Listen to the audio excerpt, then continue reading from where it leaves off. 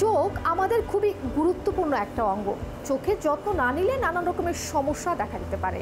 চোখের যত্নে নিয়মিত চোখ পরীক্ষা করাতে হবে, এমনকি চশমা এবং লেন্স পরতে হবে যদি প্রয়োজন পড়ে। তাছাড়াও চোখের যে কোনো সমস্যায় চিকিৎসকের পরামর্শ নিতে হবে। চোখের ভেতরে কোনো কিছু ঢুকে গেলে তাৎক্ষণিকভাবে তা বের করে ফেলতে হবে।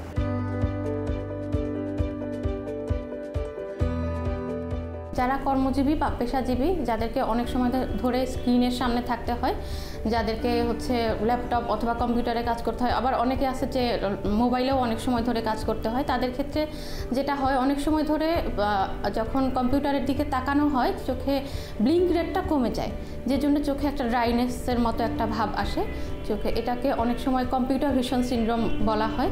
তো সেক্ষেত্রে যেটা করা উচিত যে প্রত্যেক 20 সেকেন্ড পর পর চোখটা 20 সেকেন্ড বন্ধ রাখবে এবং 20 সেকেন্ড দূরে তাকায় থাকবে।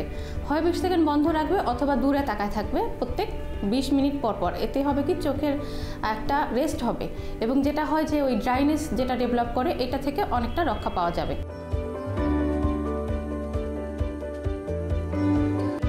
অনেক সময় আমরা সাজেস্ট করি যে একটা ব্লু কাট চশমা পরা, যার চোখের পাওয়ারের সমস্যা আছে সে তো চোখের চশমা পরবেই।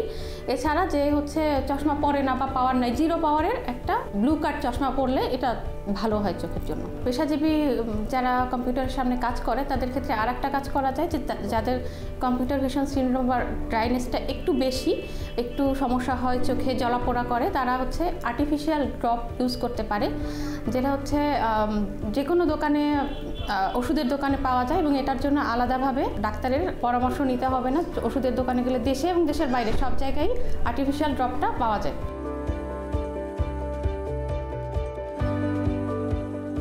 যেটা হয় যে কয়বার ইউজ করবে এই টাইপের একটা প্রশ্ন থেকে যায়।